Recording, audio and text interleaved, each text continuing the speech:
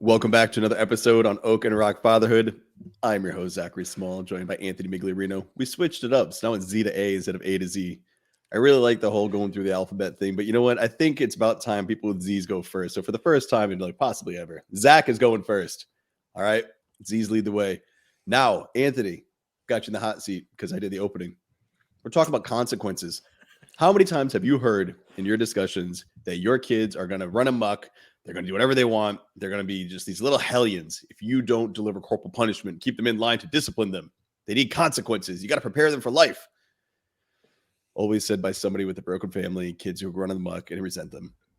But that part's often overlooked. Let's talk about consequences as a peaceful parent. Let's talk about how when the kids don't listen and, they've got to, some people say suffer for their crimes. I say learn a lesson, but this or that doesn't matter. We talk about delivering consequences. How do you do that as a peaceful parent? All right.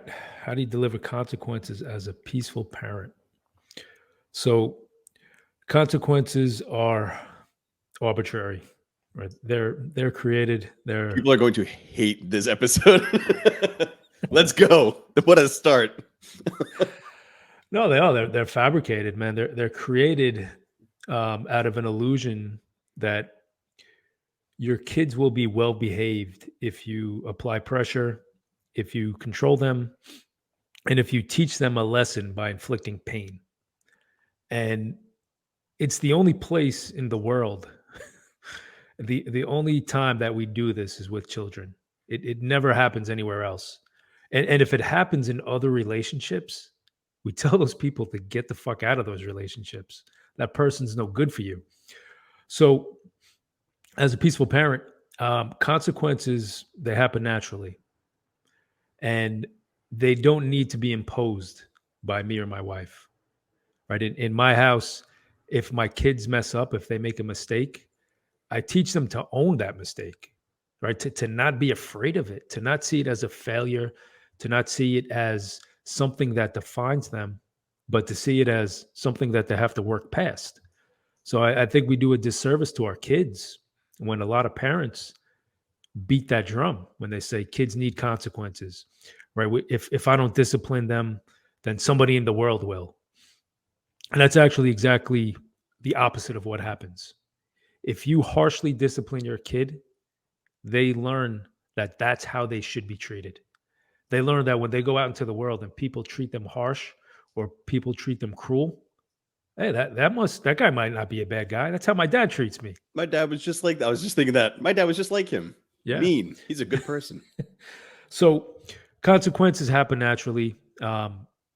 They don't need to be imposed. They don't need to be forced onto kids. And what's said is how the words have changed, right? So we advocate against spanking, and spanking was a word that was invented to get away from saying I hit my kids, right? I spank them. Same thing with consequences, right? It's I don't want to say that we punish our kid for making a mistake. Now we give them a consequence, but that's exactly what it is. It's a punishment for making a mistake. And 9 times out of 10, when kids do something wrong, or when they behave in a way that their parents don't like, it is a mistake. They're not doing it intentionally. They're not doing it to get back at mom or dad. That might lead up to it after the resentment is built up. But initially, they make an honest mistake. And why are kids the only people in society that we can punish or inflict negative consequence, when they make a mistake? It's a great question. I don't have an answer. I'm with you in the same boat, like rowing on the other side, shouting the same questions with you, man. I don't have an answer to that. Second-class citizenry of children is a thing. Yeah. It's a real thing. And it's interesting because whenever you talk about like, how do we get here? They're the only ones here. So my brain, I go to, well, how do we get here? And I think of Brendan Murata. When you go back, like to find out what started this, we could have a society where newborns are given, like new parents rather, are given these incredible treatments where jobs have always allowed, go home, dad, take care of your kid, be there for the family. You come back when you're ready and things are stable. Hey, mom, don't worry about coming back. We have a system. We have, a network. We have something designed to keep things up and running so you don't need a 2-income home. We could live in America where that was normal. That was a timeline. We didn't do it. We didn't follow it because people are just shitty. But that was an option, and we just couldn't do it because it took away from the master monster that's feeding off all of us called the government. But I'm trying not to get us banned, so I'm going to let that one go. When it comes down to that, though, I look at kids. How did we get to the point where we're just hitting them? How do we get to the point where parents, and it's always when they say, but how do you deliver consequences? I always look at that as like, why are you so focused on that? Why are you so afraid that if you stop hitting them, they're going to just take off and you're not going to have that control? What about owning everything those kids do and being able to deliver punishment? When I take that away from you, is that taking away your authority as a man? Is that the only place, and is that the only domain you have authority when you walk in your home? Is that the only place where you have fear and you have that sense of power? And I'm not even asking this to talk shit. Yeah. I'm being very serious. Is it the identity? Are you afraid that if you're not the dad who delivers the discipline, what are you? Because you're not the dad that plays with them either. You're not the dad that runs around with them either. You're not the dad that coaches them. And so you take all those other things that you've never volunteered to do, along with the one thing you do, which is be the disciplinarian. You take that away, you're nobody. You're a bystander in your child's life. You're an absent father whose children see him daily. And so I see every time this question is presented to me, it's coming from someone with those fears or some version that I can't quite put my thumb on, but I would love to have that conversation with anybody that's going through it. Or it's from somebody that's in their family is so jacked up that they know that their kids will go absolutely bananas if they're not just jumping on them, because they have built an environment where those kids are just like, I'm not going to say wild because that's overused, but those kids are just like operating without boundary, without respect, without understanding or empathy, because they've not been shown it. And so it's like, if you're a bad dad for the first 10 years of your child's life, and I'm saying that if you are objectively just a poor father, you've not taught lessons, you've not embodied your values, your morals or give and take, depending on how you're feeling, the consistency of being involved in their lives. Yeah, that's a poor father. That's a poor example of what a father should be. You should be active. You should be strong. You should set the example. You should embody instead of just espouse your values for your children to see. That's how I'm supposed to live, like that. That man right there is showing me, not telling me, showing me what right looks like. If you have missed the mark for 10 years and your 10-year-old is running amok, and the only time he stops is when you're physically restraining him, you built that. And you have to stop looking and saying, well, if I don't deliver consequences to him, he's going to be crazy. No, he's a product of you. Everything you've done to this point, he's not a bad kid. He's not a wild kid. He's not an uncontrollable kid. He is a child who's a product of an environment where respect and boundaries were never established, where they never had a voice. Therefore, they have to yell to be seen or heard. They'd rather be hit because at least then they get to see their dad involved. These are all products of the parenting. The only way to fix that is to be the first one to put the pitchfork down. Hey, we say this all the time. If you're going to start anywhere, just with anything, start with just removing hitting. No matter what happens, no matter what is said, just remove that. And then work that to yelling. And then work that to instilling, while you're doing this at the same time, simultaneously, you're teaching them, hey, instead of this, try that. Instead of yelling, let's sit down and talk. Instead of me hitting you, I'm going to go for a quick walk. I'm going to come right back and we're going to have this. There's so many things you can do. But if you're afraid of what will kids do if I remove consequences, you're missing the entire point of this conversation. You don't need consequences when you have established a family that is operating optimally. I don't say you must do this or I'm going to do that to my kids. They don't fight about who does the dishes. We don't fight about who's going to let the dogs out. We don't fight about picking up the yard or cleaning the house or cleaning our room. Like, these aren't fights, because they understand we all have a role to play. We're all working together to make this our best. And so they don't help the family because I'm threatening them to. They help the family because they see the family needs some help. And that's not to paint a rose-colored image of my life. We have conflict. Like, things pop up. My children argue, their siblings. They'll go back and forth. They'll wrestle. They'll throw down. All of a sudden, I hear like thumps from the upstairs, and one of them's like, ah. I'm like, okay, hey guys, what are we doing? Nothing. All right. Like, let it go. Like, they'll solve it. They understand. All right, we went too far. Can you do this? Oh, I don't want to. Okay. Well, when you're up to it, just go get it. You're good. You don't have to do it right now. Just at some point, I need this to happen for there because we're doing this and that. And this person's doing that thing over here. So they're busy. I'm busy. You're the one left. When you're ready, please take care of that. Easy. I Easy had in a hard theory. time. I had a hard time. So this is actually the second time we recorded this. The first time we had this, the wind went a little crazy and just it ruined the audio. But we had a little moment there that was pretty funny. And we were talking about something, and then Anthony threw me the football. It's like, all right, so what do you do? I literally could not think to the last time I punished or delivered a consequence of any sort. And thinking about it, I remember there was like a window, like maybe a 1.5, 2 week window where my son was like a zombie. I was like, oh, it's puberty, hormones. Like, I have no idea. The dude's just tired. And I found out he was playing on his phone all night. And then I was like, oh, dude. I was like, if you don't sleep, your brain's going to be fried. He's like, yeah, well, I was just watching, baseball highlights or this. I'm like, no, it's cool. I get it. But, like, you can't do that. Like, you need to sleep. And I know it's going to call it to you. And then it was like days later, it kept going on. I was like, all right, bud, we're going to charge our phones at night out here. Okay. I was like, because it's just calling to you. And so that was a consequence. That was my version of delivering a punishment. But even that word sounds more harsh than it is. I was just saying, hey, charge your phone out here so that way you don't even have the temptation to watch it. I didn't spin it to you're a bad person. I just said, hey, I know, like, you lay down, you're bored, you're not fully gassed. I was like, and then you're like, all right, I want to watch some baseball. I want to watch some wrestling, like whatever it is. And your phone's right there. So why not? I can't tell you how many times, actually, at our last meetup, I told you I would go down there, but my brain was still buzzing. So I went on Twitter. It was till like 1:30 in the morning at one of our hangouts. And then we were back up at like 6 something the next day to go out and go fish and do stuff with the guys. And I'm like, man, I'm so tired. I shouldn't have been on social media so long. Like, and so I don't come down to my kid as if he's different than me. Yeah. It's just, hey, man. And so our middle ground that we met on was for a few nights, he started charging it out in the kitchen. And then I was like, yeah, dude, now you can have it. Charge it wherever you want. I was like, you got better sleep, right? Yeah. Okay. I was like, so this is why just at some point you've got to set a mark where you can just not have the phone. And now he has his phone, and he's lively, fresh, for all intents and purposes. He's getting great sleep. And his phone is still in his room. He's just not watching anymore. He learns how to regulate. So there was a window where I would say I delivered a consequence, but literally that is the only example I have in my head. Because outside of that, man, I just talked to the kids and we resolved. Oh, it's a good example. Yeah, it's a good example, Zach. And just to be clear, during that meetup, the next day, the other 7 guys and myself, we removed your phone, and we said you weren't allowed to have it because you were grumpy the next day. Charge it out in the kitchen. Just want to throw that.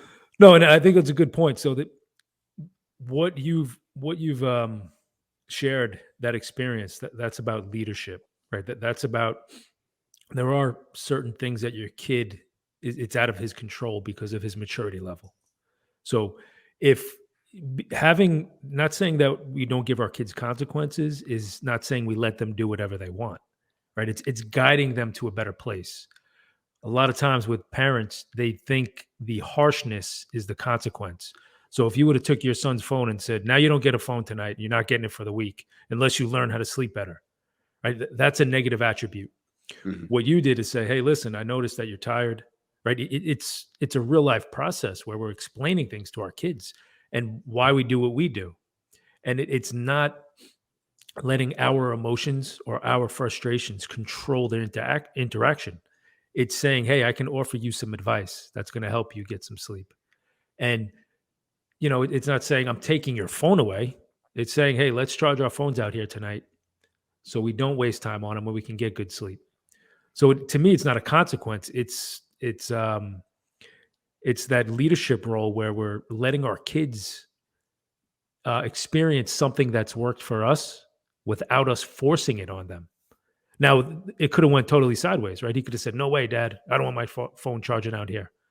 Now, that's a kid. That reaction is a kid who doesn't trust his dad. That's a kid whose phone has been taken away numerous times, and they know they're not getting it back. So in those moments, imagine if you're the child and you're under stress, right? Whether it's being on your phone too much, right? Being addicted to the phone and wasting time and energy, your eyes hurt, you're under stress. And now a parent says, I'm going to induce more stress on you, right? I'm going to apply more stress and I'm going to make you feel worse than you already did because you have this problem that you can't overcome. So instead of helping you, I'm going to make it worse. To me, those are when we have really bad consequences that we create as a parent, right? If we want our kids to have consequences, we need to understand that the way we deal with their problems will have consequences on us, right? And I don't mean that our kid's going to be lashing out, but our kid will be distant. Our kid will not come to us when he needs us. Our kid will not feel supported.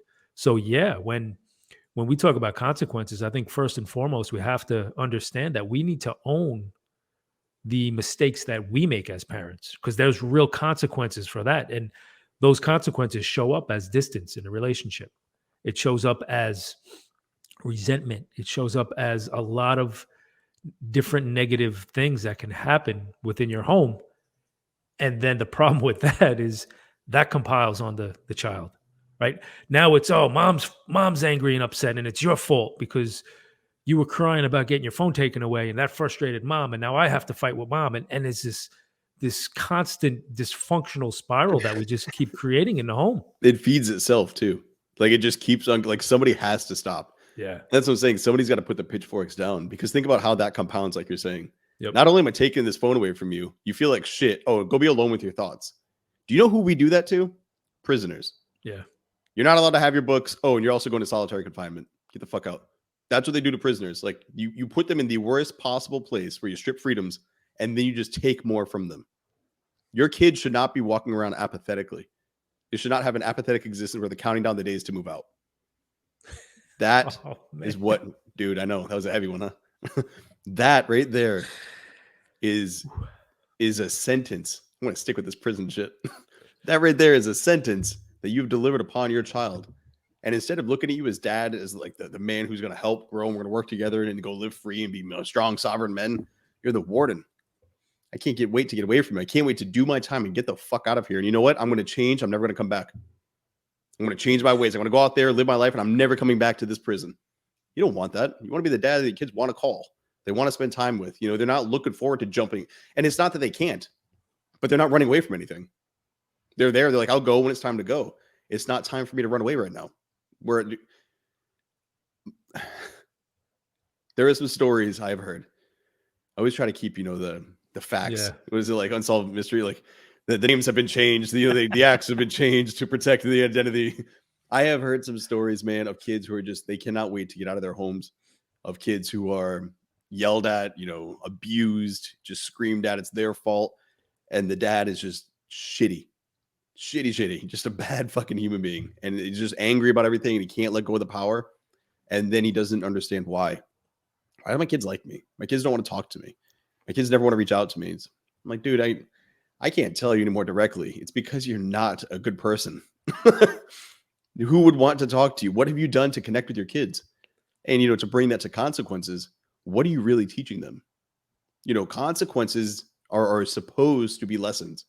We can constantly say, fall down 4 times, get up 5. Failure isn't failure unless you didn't learn anything. Fail forward, learn from your mistake, and go back out there and be better. Dudes will champion that, and then they'll flip out on their kids for simply existing or making a mistake. You spilt the paint. Oh, you thought you could sneak a cigarette? You've been taking my drinks? Whack. Man, the kid is watching you. He's learning from you. He's emulating you. Why are you delivering, consequences to prepare them for the world? Why don't you connect with them, prepare them for the world? Why don't you educate them? Like, why are we in a society where consequences are the norm, but parent and child peaceful connections are not? How the fuck did we get to that reality? I have my theories. Again, I'm not trying to get us wiped off in this video. We'll save that for another one where I don't care. I'm like, hey, let them ban us. They can delete this whole thing. But for right now, I really ask myself sometimes when men are arguing, when we're talking about peaceful parenting, and they're like, what about consequences? You got to deliver them. I don't think you do. I think life will deliver the fair consequences because they will learn objectively, not because of your influence, but because of their choices. You chose this, that happened. You chose this happened.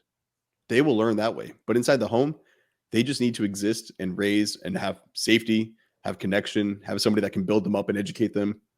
When they go out to the world, they'll learn those lessons. And actually, Anthony, you and we're going to be working on a video soon about toughening your kids up in a peaceful home. Another thing about consequences is, get smart or get strong. I don't think that applies to raising children. I think that applies to warriors. I think it applies to soldiers. I think it applies to MMA fighters. I think it applies to sports. I think it applies in a lot of other areas. I don't think that applies to the home. And we've got to stop treating our kids like prisoners, like little soldiers we're trying to raise up. Because even at that point, when you enlist in the military, at least in the United States, it's voluntary. Yes. Kids didn't sign up for this shit. They did No, not sign up for this. They didn't sign up to be alive. Nothing. You know, I shared with you I view that as a very selfish choice, but in the most beautiful way. I wanted kids for me. Like I wanted me and Jackie to have kids. They're born, and almost in that moment I realized you didn't ask to be here, but you're here, and I'm going to try to give you everything I possibly can so you enjoy being here. And I think that is a great angle for parents to take. Yeah.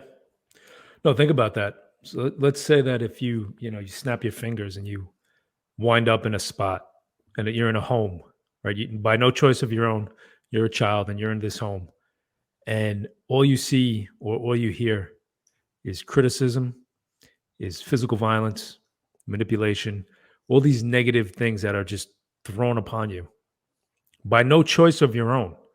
How the hell are you going to deal with that as a child? Exactly. Right? How are you going to flourish into a thriving and functional human being in the world? I mean, to bring it back, that's where I see a lot of the problems we face in the world today is how we treat children. But I did want to talk about the positive side of consequences and how that can affect your children in a positive way. And one of the best examples I was thinking of was we teach our kids how to tie their shoes. And if they don't listen or they don't pay attention, guess what? Their shoes get tied wrong. They go running, they trip and they fall. And we don't say, "Ha ha, see, I told you." Right? We do. You should have listened to me. Look at you now, stupid ass, you fell. Right? And your teeth are bleeding. Or we don't punish them and say, if you don't show me how to if you don't let me show you how to tie your shoes, you're not going to have dessert tonight. Right? That's your consequence. What we do is we teach them through a process, and they keep forgetting or not paying attention or just do it wrong, and they fall, they get hurt. And when they fall and get hurt, we say, "Hey, I'm here to pick you up. Let me show you again." And we do that over and over and over until they get it right. We don't keep punishing them or we don't keep ridiculing and making fun of them. We do what parents are supposed to do. We guide them to the place where they can do it themselves. So I think that's what you have to keep in mind when we're dealing with consequences. Why not have a positive consequence to the actions that you take with your child instead of always looking at the negative? That's a great point, man. It definitely, I had like a flashback moment there. Like, I remember a conversation with my son. He's like, "I don't want to tie my shoes." I was like, "Dude, I hate tying my shoes too." He's like, "Well, what if I don't Velcro want for them?" everybody. I told him, I was like, "Dude, we'll just get matching Velcro shoes. Who cares?"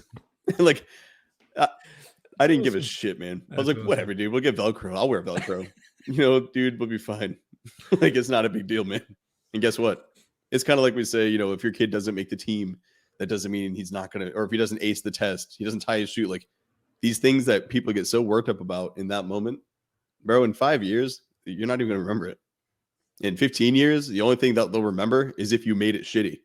I don't think my son will even remember me telling about that Velcro story.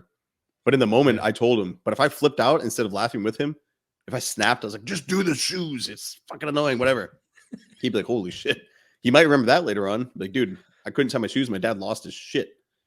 And I don't want to be that guy.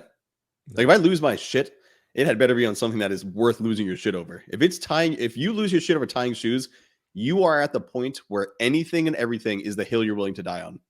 And that's a shitty place to be because that's also where you default to the word no. No. You're just telling them no for this. You don't even know why you're saying no at that point. You're just saying it to say it. And it's just interesting to me how men get to that point because a lot of times it's actually a difficult concept because I wonder how many, now that I'm saying it, how many leave their parents' home that were overbearing. I'm not going to be like that. They become confident. They go to college, get jacked, whatever, play some sports, have some gun, enter the workforce, doing really well. Then they get married. Like, I think slow down a little bit with your lady. You got your house, doing things like that. And then you have kids. And all of a sudden, the world was abundant. They were chasing everything, looking to build themselves up. Now they're screaming at kids about shoes. That never became important to me, man. That stuff never was important. Same thing as potty training. I never flipped out. I don't remember what we did. I think we just got to the point where they were timing it well. We just took the diapers off. We're like, all right, we'll just change your clothes. And like the annoyance of not being able to make it to the bathroom, they corrected themselves. Like, well, I don't want to feel that, so I'm just going to tell you to go to the bathroom. And then we just bring them in, and it was cool. Like, we wouldn't get upset about that. We wouldn't get upset about shoes. We don't get upset or try to deliver through force at all, but even through verbally, a consequence to a mistake or something that the kids are learning because they're children. Because we allowed our kids to be kids. They're growing up. I don't want to speed that process up. The stupidest things you and I, all kids do is I can't wait to be an adult. Man, enjoy it.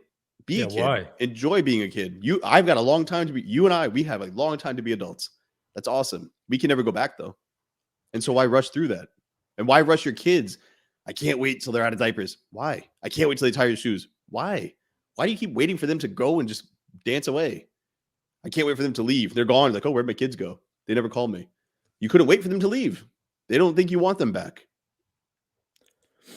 Yeah, no, that was a good point, Zach. Why do kids say, I can't wait till I'm an adult to get out of this house? Because adults have power or a perceived power, right? They think the home they're raised in, all they saw or all they've seen through their whole childhood is the abuse of power, right? You do as I say. I'm in charge. This is my house.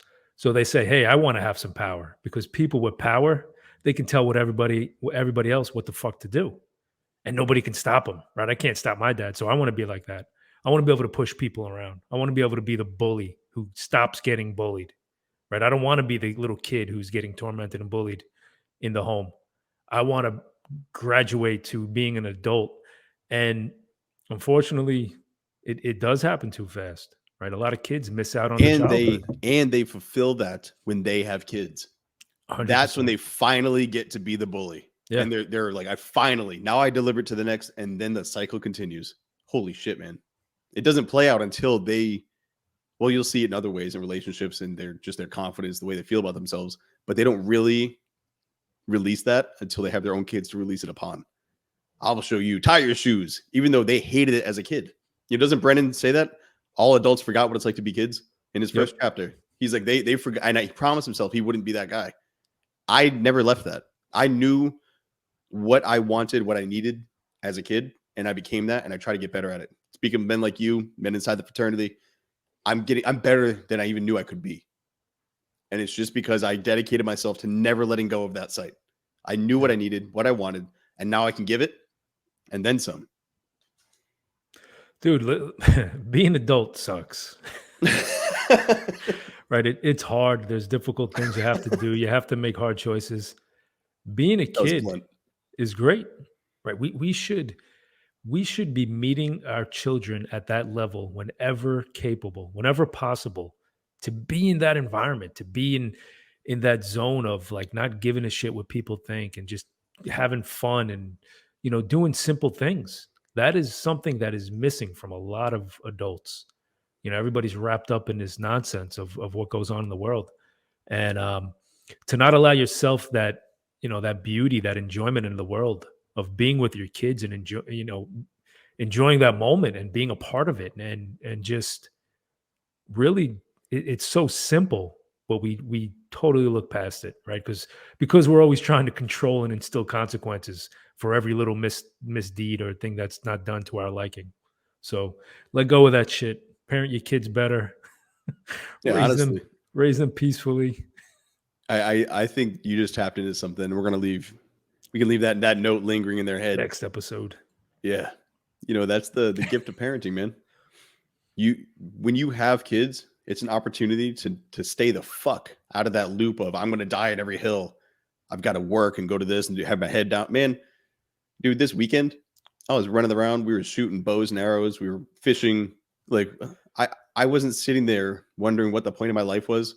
My daughter, we're always doing art or something. I see your girls, they're always like building something or crafting something or making something. The thing that your lady made today with the cake, your son's out there playing sports. I get to watch my son. I get to coach my son. These are great things. Why I'm not stuck like the other dudes who are like, I hate my fucking job and I got to go drink at the bar at night away from my family to feel good. I'm like, bro, I'm having the time of my life. How are we in the same situation? Like, how are we both dads, but I'm feeling this and you're feeling that? How is that possible? Except I'm Mindset. I'm on their level. So they're like full of exploring and wonder. That's how I think, man. Like, everything's an opportunity. Everything's something new. Every day is a day to go on an adventure and learn something and do something. I have that mindset, and it's even better when I have fresh examples to teach me, hey, don't get so caught up in the shittiness of being an adult. Like, just chill, namaste, let it go. And so I learn as much from them as they are teaching me. I mean, I learn as much from them as they're learning from me. Yeah, are we gonna hippie namaste fatherhood? Are we changing it? Namaste. If you enjoyed the episode and you are picking up what Anthony and I are putting down, understand this is what we do every single day. You can check it out on our social media accounts. We're on Twitter, Instagram, Facebook. We run live episodes every Wednesday. If you subscribe, spread the good word, normalize the discussion on fatherhood, you'll be able to catch us. You'll be able to catch, some of the projects we have coming down the pipeline. First come, first serve. You don't want to miss it. This has been another episode of Oak and Rock Fatherhood. That's Anthony. I'm Zach. Y'all stay well.